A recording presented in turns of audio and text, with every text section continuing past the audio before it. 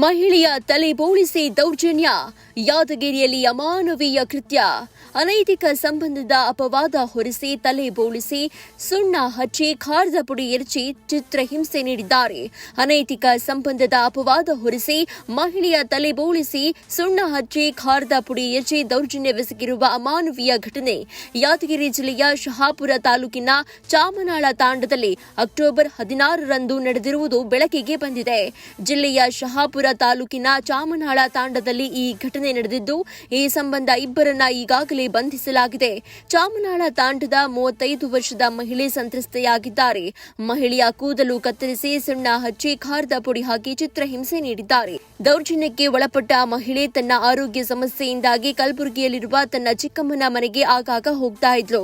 ಆಕೆಯ ಅಳಿಯ ಕರೆದುಕೊಂಡು ಹೋಗ್ತಾ ಇದ್ದ. ಆದರೆ ಇದನ್ನೇ ಆತನ ಜೊತೆಗೆ ಅಕ್ರಮ ಸಂಬಂಧ ಇದೆ ಎಂಬ ಅನುಮಾನದಿಂದ ದೌರ್ಜನ್ಯ ಎಸಗಲಾಗಿದೆ.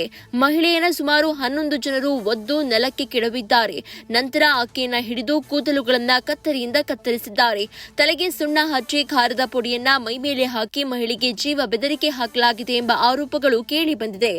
ಘಟನೆ ಬಳಿಕ ಕೆಂಭಾವಿ ಪೊಲೀಸ್ ಠಾಣೆಯಲ್ಲಿ 11 ಜನರ ವಿರುದ್ಧ ಕೇಸ್ ದಾಖಲಾಗಿದ್ದು, ಕಸ್ತೂರಿಬಾಯಿ ಡಾಕಪ್ಪ ಎಂಬ ಇಬ್ಬರು ಆರೋಪಿಗಳನ್ನ ವಶಕ್ಕೆ ಪಡೆಯಲಾಗಿದ್ದು, ಇನ್ನುಳಿದ 9 ಜನ ಆರೋಪಿಗಳಾದ Vijay Kumar, Tippanna, Ramesh, Devibai, Tippebai, Rooplibai, Anasuya, Chavalibai, Tippanna Naidu mobile switch off ಮಾಡಿಕೊಂಡು ಪರಾರಿಯಾಗಿದ್ದು, ಆರೋಪಿಗಳಿಗಾಗಿ ಕೆಂಭಾವಿ ಪೊಲೀಸರ ಶೋಧ ಕಾರ್ಯ ನಡೆಸುತ್ತಿದ್ದಾರೆ ಅಂತ ಎಸ್ಪಿ ಪೃಥ್ವಿ ಶಂಕರ್ ತಿಳಿಸಿದ್ದಾರೆ. ವರದಿ ಎನ್ಎಂ ನದಾಫ್, ಶಹಾಪುರ.